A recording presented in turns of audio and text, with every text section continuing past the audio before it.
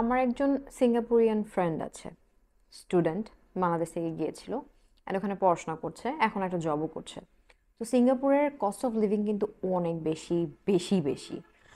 কিন্তু এত cost of living, টাকা পয়সার সংকট এগুলো থাকার পরেও না, একটা ফ্ল্যাটও পেয়েছিল যেটা কিনা ইমার্জেন্সি এক্সিটের একদম পাশেই, এবং ওটার রেন্ট অনেক কম ছিল, বড় ছিল বাসাটা, সব কিছুই ওকে ছিল।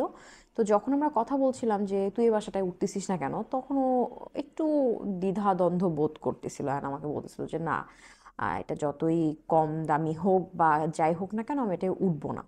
কথায় কথায় আমরা যখন তাকে আরও জিজ্ঞেস করি যে কেন, যেহেতু এখানে একটু কম রেন্ট আছে অ্যান্ড দেন তোরও একটু হেল্প হয়ে যাবে একটু কম টাকা দিয়ে ভাড়া থাকলে, তো সমস্যাটা কোথায়?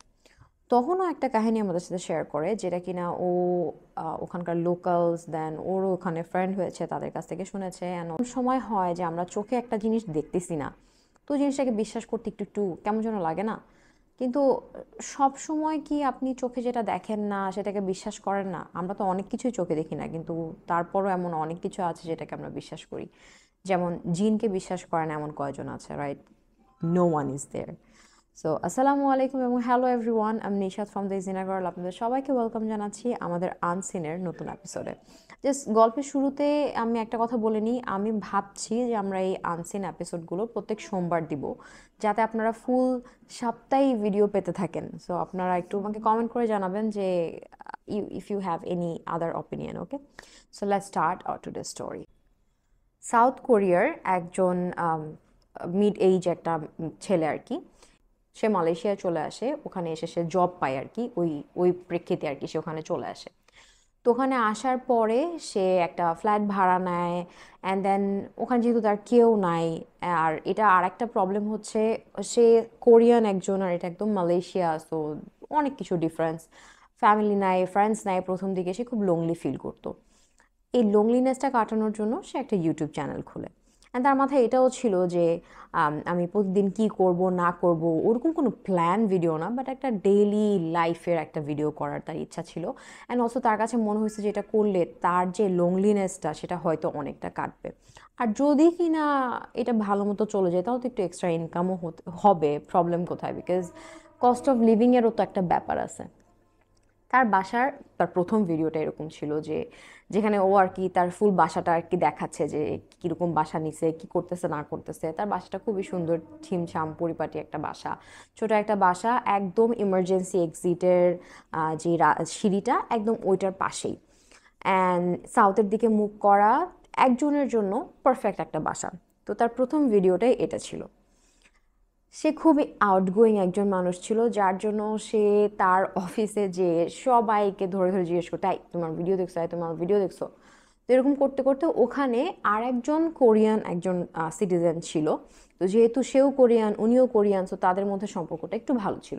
তখন তাকে যে জিজ্ঞেস করাই, তোমার ভিডিও দেখছো, তোমার ভিডিও কেন দেখো না? তখন ও বলছে যে আচ্ছা ঠিক আছে, ওইটা আমি দেখতেছি। তো সে যখন ভিডিওটা ওপেন করে, ভিডিওটা দেখার পরে, ফার্স্ট ভিডিওটা তার যে হোম ট্যুরটা ছিল, ওই ভিডিওটা দেখার পরে না, মানে সে খুব একটা এক্সাইটেড হয় না। তার চেহারাটা কেমন যেন একদম নট গুড টাইপের একটা ভাইব দেওয়া স্টার্ট করে। তখন ওই ওর ওই ফ্রেন্ডটা, মানে ওই ফ্রেন্ড কলিগটা ওকে বলে যে তুমি যদি মাইন্ড না করো তাহলে কি তুমি আজকের মধ্যেই বাসাটা চেঞ্জ করতে পারবা, শিফট করে ফেলতে পারবা? আর ও তো অনেক কোয়েশ্চেন্স এক্সপেক্ট করতেছিল বা প্রশংসা এক্সপেক্ট করতেছিল, বাট এই কোয়েশ্চেনটাও এক্সপেক্ট করতেছিল না। ও না পুরা একটু আউট অফ নোওয়্যার এই কথাটা শুনে ও জাস্ট জিজ্ঞেস করে যে কেন, কোনো প্রবলেম? তখন ও বলে যে না, মানে তুমি কি করতে পারবা? দুজনই একদম সাইলেন্ট। কিছুক্ষণ পরে আবার ও বলে আচ্ছা, never mind, it's okay, just ভুলে যাও আমি এগুলো কিছু বলছি।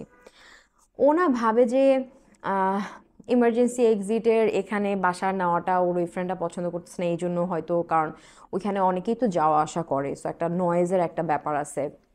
তো অনেক কিছু চিন্তা করে ও না ওই জিনিসটাকে খুব একটা পাত্তা দেয় না। ওর কাছে মনে হয় যে আচ্ছা যা বলছে বলছে, আমিও ভুলে যাই। যাই হোক, সে তার ইউটিউব চ্যানেল নিয়ে ওয়াজ ভেরি এক্সাইটেড। কিন্তু কিছুদিন পরে না, মানে মানুষ যতই ভাবুক না কেন যে আমি একটা ইউটিউব চ্যানেল খুলবো অ্যান্ড দেন আমি ভিডিওস দিব, যদি ভিউজ হয় হবে, না হলে হবে না, এই জিনিসটা না হয় না। ভিডিও দেওয়ার পর না প্রায় প্রায় আর কি চেক করতে মন চায় যে হ্যাঁ দেখি কেউ কমেন্টস করলো কিনা, কেউ লাইক মারলো কিনা। এই জিনিসটা সবারই একটা সাবকনশিয়াস মাইন্ডে আর কি চলে আসে। তো সেও দেখতেছিল যে তার ভিডিওগুলো না খুব একটা খাচ্ছে না। তো তার কাছে মনে হয় যে কি করলে আমার ভিডিও খাবে, এটা চিন্তা করতে করতে সে একদিন মোবাইল স্ক্রল করতেছে, অ্যান্ড দেন সে দেখছিল যে কিছু চ্যালেঞ্জ চলতেছে। অ্যান্ড তার কাছে মনে হলো যে এই চ্যালেঞ্জগুলো যদি সেও করে তাহলে তার ভিডিওর এঙ্গেজমেন্টটা একটু বেড়ে যাবে। তো এই জিনিসটা যখন ওর মাথায় আসে তখন সে চিন্তা করে যে আচ্ছা ঠিক আছে তাহলে আমিও করি। এই চ্যালেঞ্জটা খুবই ফানি, মাই গড, মানুষ এরকম পাগল কিভাবে হতে পারে। এই চ্যালেঞ্জগুলো ছিল ভূতের সাথে কথা বলার। there is a there was a challenge going on, যেখানে কিনা গোস্টটার নাম থাকে মোমো গোস্ট। এটা হচ্ছে মুখটা একদম স্মাইলি। আমরাও কিছুদিন আগে টিকটকে একটা ট্রেন্ড বের হয়েছিল না, যেভাবে ধরে রাখে ফিল্টারটায় কথা বললেই মুখটা এরকম হাসির মতো একদম এই এখান থেকে এই পর্যন্ত হাসিটা জোকারের মতো অনেকটা, চোখটা বড় বড় হয়ে যায়। তো চ্যালেঞ্জটা এরকম ছিল যে একটা হোয়াটসঅ্যাপ নম্বর ছিল এবং সেই হোয়াটসঅ্যাপ নম্বরে কল করতে হইতো। তার নাম হচ্ছে মোমো গোস্ট। ওই হোয়াটসঅ্যাপ নাম্বারে কল করার পরে ওই সাইড থেকে কেউ ফোন ধরতো, অ্যান্ড ফোন ধরার পরে ওই সাইড থেকে এই সাইডকে বিভিন্ন ধরনের চ্যালেঞ্জ দেওয়া হইতো, অ্যান্ড বিভিন্নভাবে তাকে ব্রেন ওয়াশ করা হইতো, অ্যান্ড লাস্ট পর্যন্ত এই ব্রেন ওয়াশ করতে করতে তাকে একটা পর্যায়ে সুসাইড করতে বলা হইতো। এটা হচ্ছে অনেকটা ওই যে কি ওয়েল যেন, ব্লু ওয়েল একটা গেমস ছিল না, কাইন্ড অফ ব্লু ওয়েল গেমসের মতো। তো তার কাছে মনে হয় যে হ্যাঁ আমি এখন এই চ্যালেঞ্জটা করব। ওকে, যেই প্ল্যান সেইভাবেই সে আগাইছে। সে তার ক্যামেরা সেট করছে, তারপরে সে ওই হোয়াটসঅ্যাপ নম্বরটাতে কল দিছে, অ্যান্ড ওই পাশ থেকে কেউ একজন অ্যাকচুয়ালি ফোনটা রিসিভ করছে। ওই পাশের সাউন্ডটা একটু উইয়ার্ড ছিল, তার ক্যামেরা তো রোলিং হচ্ছে, ভিডিও তো শ্যুট হচ্ছে, কিন্তু তার কাছে না মানে ভালো লাগে না এই সব কিছু। ওই পাশ থেকে সাউন্ড আসছিল, ভিডিও ওয়াজ সাকসেস, কিন্তু তার কাছে আসলে ভালো লাগতেছিল না। তার কাছে মনে হচ্ছিল যে কেমন যেন আশেপাশের বাতাসটা কেমন যেন ভারী হয়ে যাচ্ছে, তার কাছে ভালো লাগতেছিল না। যাই হোক, এই ভিডিওটা সে পোস্ট করে, and that was a blow out. তার অসংখ্য লাইকস, অসংখ্য সাবস্ক্রাইবার্স বেড়ে যায়। এখন ফেম জিনিসটা কিন্তু খুবই খারাপ।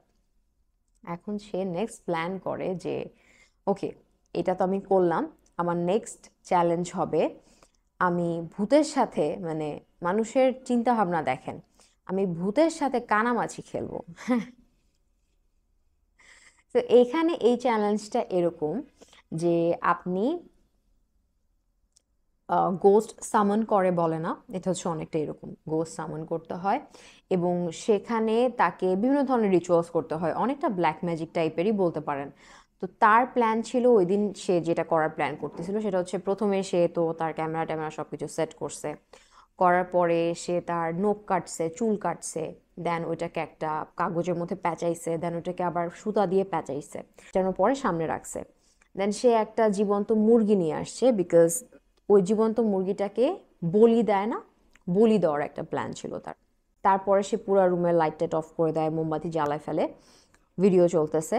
তখন সে হচ্ছে আম, একটা ছুরি আনে এবং ওই ছুরিটা দিয়ে খুব জোরে ওই মুরগিটার উপরে স্ট্যাপ করতে থাকে আর বলতে থাকে যে next seeker is momo, next seeker is momo, মানে নেক্সট যে তার সাথে যে লুকোচুরি খেলবে, একটা তো থাকে চোর আর একটা তো থাকে হচ্ছে, সরি, একটা তো থাকে যারা পালায় যায় আর একটা তো যে খোঁজে। তো ওই খোঁজাটা হচ্ছে নেক্সট ওয়ান ইজ মোমো, মানে মোমো এখন ওকে খুঁজে বের করবে। এটা বলে সে দুইবার স্ট্যাপ করে। স্ট্যাপ করার সাথে সাথেই তার কাছে মনে হয় যে এখন আমি একটু লবণ পানি খেয়ে নিই, বিকজ এখানে একটা একটা কথা আছে যে ভূত নাকি লবণ পানি খাইলে কোনো কিছু করতে পারে নাই, তোমার একটা কথা আছে। বাই দ্য ওয়ে, সরি, আমি যতবার ভূত বলতেছি প্লিজ আপনারা এটাকে জিন ধরে নিন, ওকে? অনেকের কাছে এই জিনিসটা নিয়ে খুব অফেন্ডেড ফিল হয়, সো আমি একটু এটা বলে দিচ্ছি। তো এই লবণ পানি খাওয়ার পরেই সে হলো দৌড়ায়ে একটা দরজার পিছনে যায় লুকায় থাকে। তো 20 মিনিটের মতো হয়ে যায়, কোনো কিছুর সাউন্ড নাই বা কোনো মুভমেন্ট নাই। এখন তার কাছে তো সে তো এটা ভেবেই নিছে যে এটা পুরাই একটা ভোগাস জিনিস, কিন্তু স্টিল তার কাছে একটু ভয় ভয় লাগতেছিল। তারপরে সে একবার চিন্তা করছে যে আচ্ছা অনেকক্ষণ হয়েছে, এখন বাদ দিয়ে এখন কল অফ করি, আর এগুলো আমার ভালো লাগতেছে না। কিন্তু তার কাছে আমার মনে হয় যে এত কিছু করলাম, এখন যদি আমি ব্যাক অফ করি তাহলে কি হয়। কিছুক্ষণ পরেই সে তার রান্নাঘর থেকে একটা সাউন্ড পায় যে তার কিছু পড়ে গেছে, মানে স্পুন নাইফ এগুলো পড়ে গেছে। অ্যান্ড অলসো সে খুব জোরে একটা বিকট কান্নার শব্দ পায়, আর কান্নাটা অনেকটা বাচ্চার কান্নার শব্দ ছিল। প্রচুর ভয় পেয়ে যায়, প্রচুর ভয় পেয়ে যায়। সে জাস্ট কোনো রকমে যেই দরজাটার পেছনে সে লুকায় ছিল তার পাশেই হচ্ছে লাইটের সুইচ ছিল, অ্যান্ড সে কোনো রকমে হাতটা দিয়ে লাইটটা অন করে জিজ্ঞেস করতে থাকে, হুজ দেয়ার, কেউ কি ওখানে আছো? তো সে বের হয় ওই জায়গাটা থেকে, লাইটটা জ্বালায় দেয়, এখন দেখে যে কেউ নাই, কিন্তু তার কিচেনের মধ্যে জিনিসপত্রগুলো পড়ে আছে। তার কাছে মনে হয় যে আচ্ছা হয়তো বা বাতাসে বা কিছুতে তার এই ঝামেলাটা হয়েছে।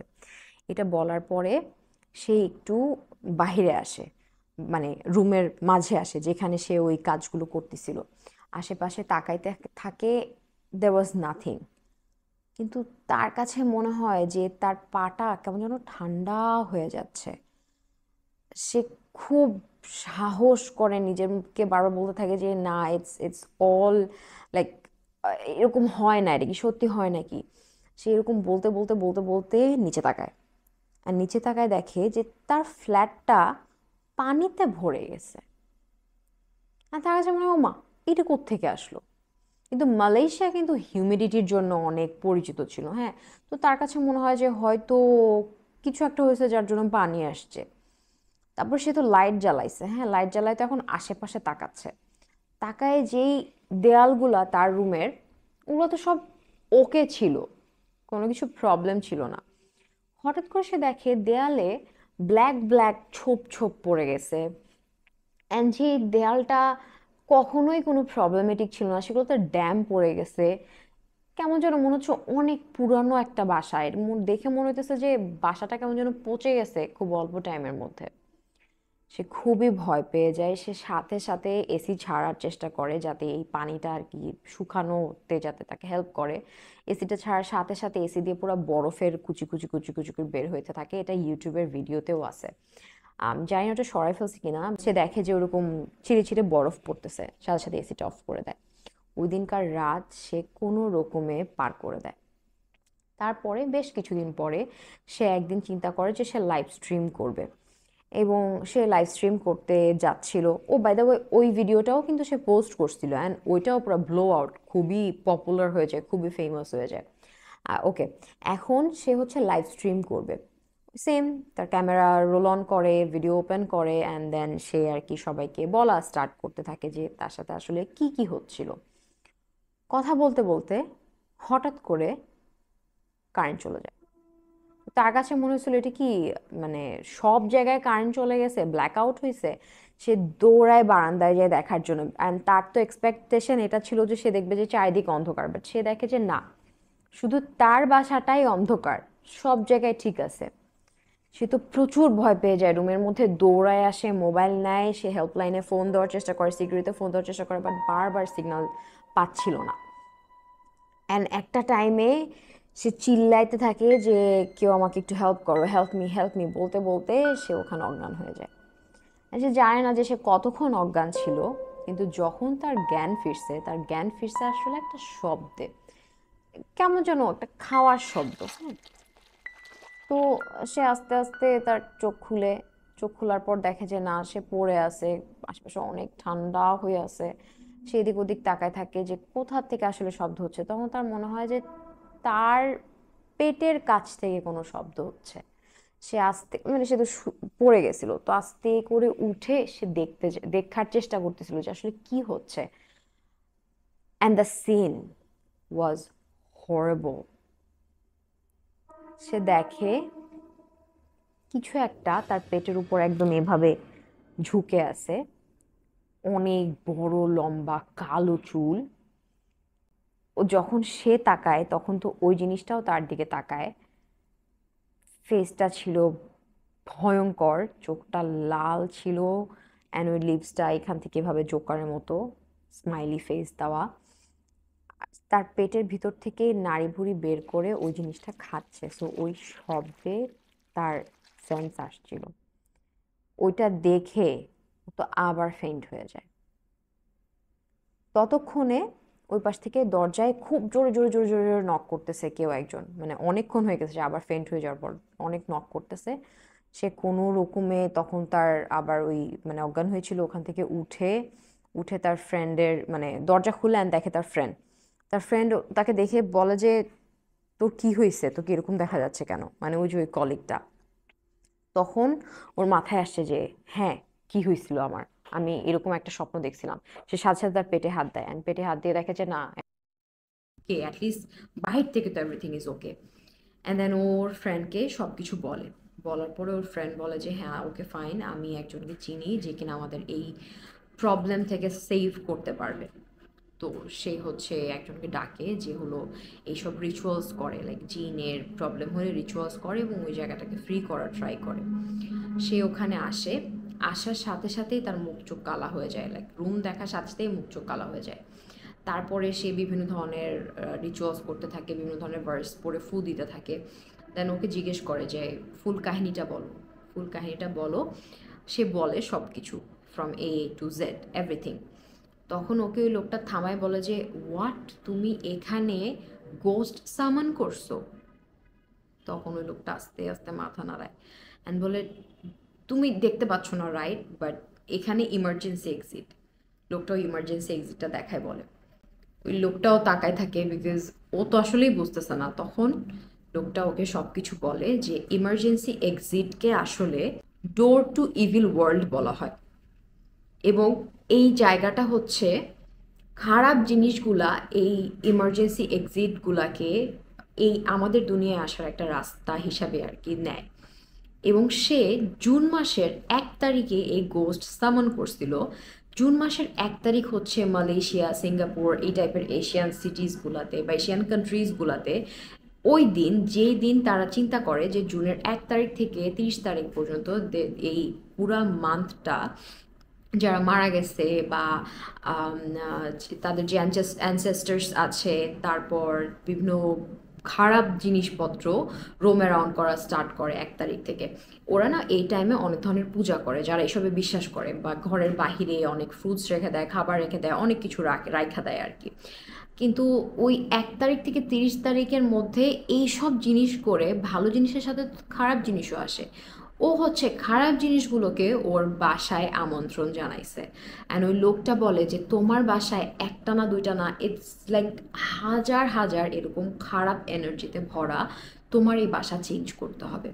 তো ওই লোকটা তখন বলে আমি অলরেডি এই বাসা চেঞ্জ করার জন্য নোটিশ দিয়ে দিছি, কারণ তার কাছে মনে হয়েছে তখন যখন সে প্রথম মুভ করছিল এই বাসাটায় যে বাতাস বলো বা যাই বলো এনভায়রনমেন্ট ওয়াজ ওকে, কিন্তু আস্তে আস্তে কেমন যেন বাতাসটা অনেক হেভি হয়ে যাচ্ছিল। তার কাছে মনে হচ্ছিল সারাক্ষণ তার আশেপাশে কিছু আছে বা কেউ আছে, তার সাথে এই বাসায় কেউ আছে, এই জিনিসটা সে সবসময় ফিল করতো। এই জন্য সে সব সময় এটা মাথায় নিয়ে রাখছে যে হ্যাঁ আমি এই বাসা ছেড়ে দিব।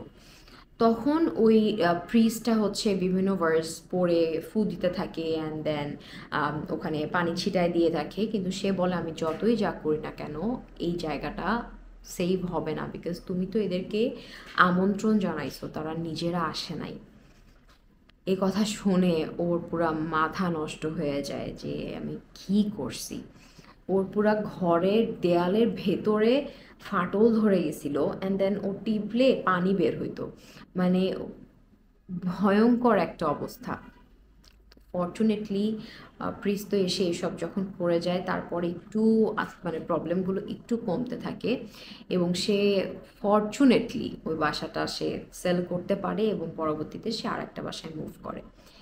কিন্তু সে যখন এই ব্যাপারগুলো লোকাল মানুষদেরকে বলছে তার এক্সপিরিয়েন্সগুলো, তখন সেই মানুষগুলো পুরো ভয় পেয়ে গেছে, বিকজ যে জিনিসটা সে দেখছিল তার পেটের উপরে হামু দিয়ে যে তার নাড়ি বুড়ি খাচ্ছে, যে জিনিসটা সে দেখছিল সেটা হচ্ছে one of the most haunted ghost in Malaysia. আর এই গোস্টটার নাম হচ্ছে পন্টিয়ানাক। এটা একটা ফিমেল গোস্ট যে কিনা কিন্তু সে চাইল্ড বার্থের সময় মারা যায়, এবং তারপর থেকেই তার আত্মা হচ্ছে বিভিন্ন ছেলে মানুষদেরকে হন্ট করে যারা কিনা মেয়েদের সাথে খারাপ করে, বা যারা কিনা খারাপ করে। আসলে এমন না যে সে শুধু ছেলে মানুষকেই অ্যাটাক করে, তা সে মাঝে মাঝে বাচ্চাদেরকেও অ্যাটাক করে। এবং সে অনেক সুন্দরী, কিন্তু যখন সে এরকম রিভেঞ্জের মনোভাব নিয়ে আসে তখন তার চেহারাটা ওরকম বিকৃত হয়ে যায়, তার চুলগুলো একদম বড় পিচ ব্ল্যাক, অ্যান্ড যখন সে এরকম রিভেঞ্জে আসে তখন তার চেহারাটা বিভৎস হয়ে যায়, হাতটা দিয়ে মানে কথাই বলে যে নখ দিয়ে সে হচ্ছে মানুষের ব্লাড খায়, it's almost like a vampire. এবং এই গোস্টটাকে সবাই অনেক ভয় পায়। সো ওই লোকাল লোকজন বলে তোমাকে আসলে পন্টিয়ানাক অ্যাটাক করছিল, সো তুমি কিভাবে বেঁচে আসো, এই কথাটা সবাই আর কি তাকে বলেন। সে খুবই গ্রেটফুল যে সে খুব মানে অল্পের মধ্যে দিয়ে সে বেঁচে যায়, বাট দ্য ট্রমা সে যেটা ফেস করছে ওই কয়দিনেই, ইট ওয়াজ ইনসেন। সে বাসা চেঞ্জ করে ফেলে ঠিকই, কিন্তু তার নাকি এখনও এই জিনিসটা ফিল হয় যে ওই বাসায় ওই জিনিসগুলো এখনও আছে, অ্যান্ড মোস্ট প্রবাবলি ওই জিনিসগুলো নেক্সট ভিকটিমের জন্য ওয়েট করতেছে, ওর তার জন্যই ওয়েট করতেছে। তো এই কাহিনীর জন্য আমার ওই ফ্রেন্ডটা ওই ইমার্জেন্সি এক্সিটের পাশে বাসা নেয় নাই। তো এরকম নাকি কথায় আছে যে মালয়েশিয়ার সাইডে বিশেষ করে ইমার্জেন্সি এক্সিটের পাশের যে ফ্ল্যাটগুলো সেগুলোকে খুবই অশুভ বলা হয়, এবং এটার জন্যই ওই যে ওর ফ্রেন্ডটাও কিন্তু ওকে বলছিল তুমি কি আজকে মুভ করতে পারবা। তো এই সব কারণেই ওই ফ্ল্যাটগুলোর প্রাইসও অনেক কম হয়, বাট প্রাইস কম হওয়ার পরেও নাকি ওখানে লোকজন পাওয়া যায় না। So that's the story of Pontianak. So I hope you liked today's story. If you're my new subscriber, thank you so much guys for subscribing me. আমরা আনসিনের এপিসোডগুলোতে এই টাইপের হরর স্টোরিজ শেয়ার করি, বাট আমাদের কিন্তু আরেকটা এপিসোড আছে যেটা নাম হচ্ছে মাঝরাতের গল্প। ওখানে আমরা real life story, true crime, mystery নিয়ে কথা বলি। So if you are someone যার ওই টাইপের পছন্দ গল্প, I will request you to just switch to that episodes, and আমি লিঙ্ক দিয়ে দিব। I hope you guys like today's story, and to my old subscriber, thank you so much guys. অবশ্যই comment, share and like করবেন, and অবশ্যই কমেন্টে জানাবেন আপনাদের কাছে বা আপনারা কি আগে কখনো পন্টিয়ানাকের স্টোরি শুনেছেন কিনা, অ্যান্ড যদি কেউ মালয়েশিয়ান হয়ে থাকেন তাহলে is this full story a myth, like এই ইমার্জেন্সি এক্সিটের বাহিরের বাসা কেউ নেয় না or something? সো অবশ্যই জানাবেন। আই হোপ সবাই ভালো থাকবেন, নেক্সট স্টোরিতে জলদি দেখা হবে। Thank you so much guys, আল্লাহ হাফেজ।